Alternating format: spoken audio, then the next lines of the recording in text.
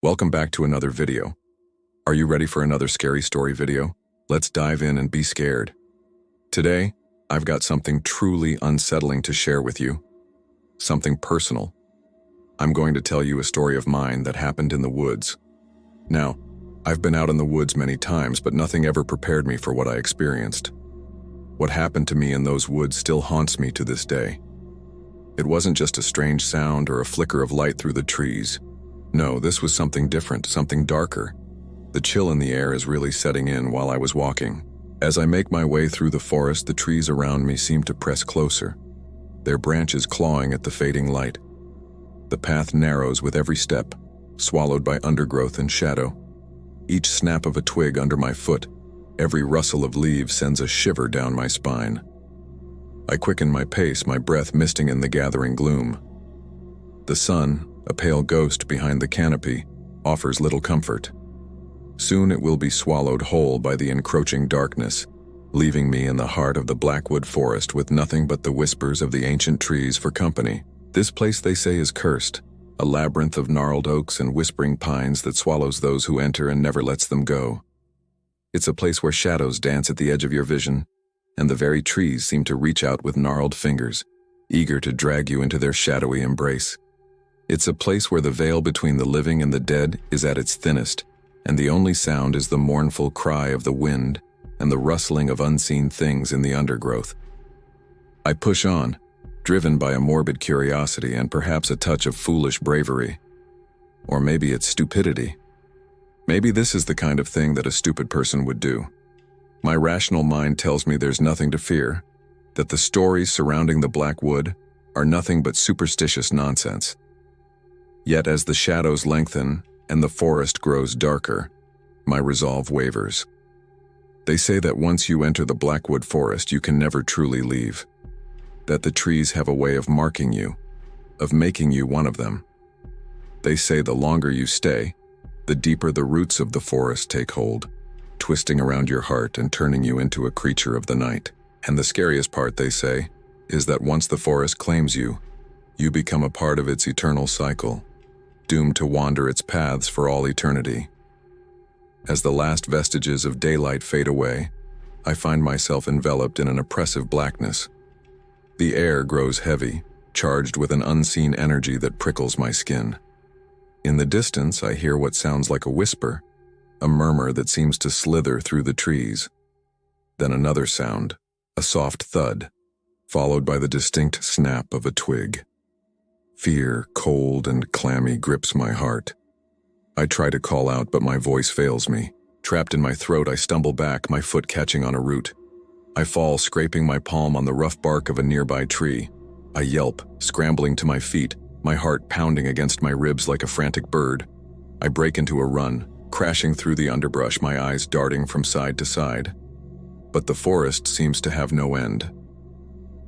No matter how far I run, I find myself enveloped in the same oppressive darkness, the suffocating silence broken only by the sound of my own ragged breathing.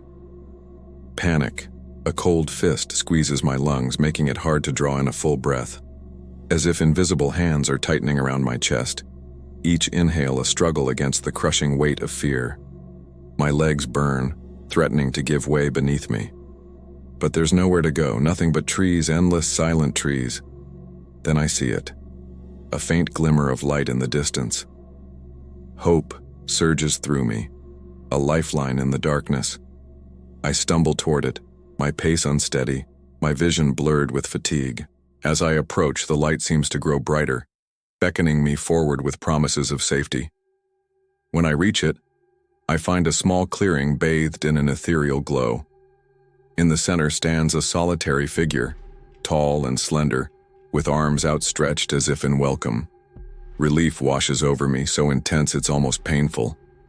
I cry out, my voice hoarse with exhaustion and fear. The figure turns, and for a moment our eyes meet. Then everything changes. The clearing, once a sanctuary, becomes a trap. The trees around us, gnarled and twisted, seem to leer at me, their branches reaching out like skeletal fingers. The figure takes a step forward, and I see that it isn't a person at all, but something else entirely. Something that shouldn't exist, Its face, if it can be called that, is a mask of pure evil, contorted in a silent scream. Its eyes, two burning embers, pierce through the darkness, boring into my soul. A wave of nausea sweeps over me. I want to scream, to run, to do anything but stand there frozen in terror. The creature advances, and I can feel its malevolent presence seeping into my bones, chilling me to the core. Its voice, a raspy whisper, slithers into my ear, sending shivers down my spine. "Join us," it hisses, its breath hot and fetid on my neck. "Become one of us."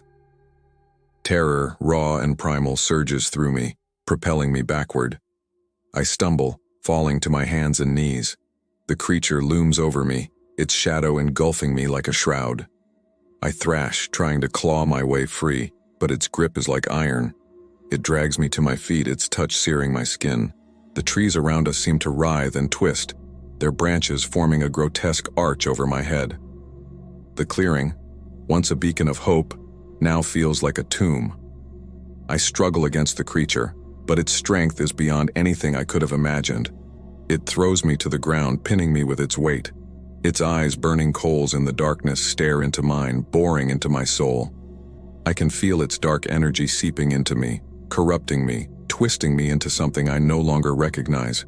Its voice, a sibilant whisper, echoes in my ears. "Welcome to the Shadowlands," it hisses.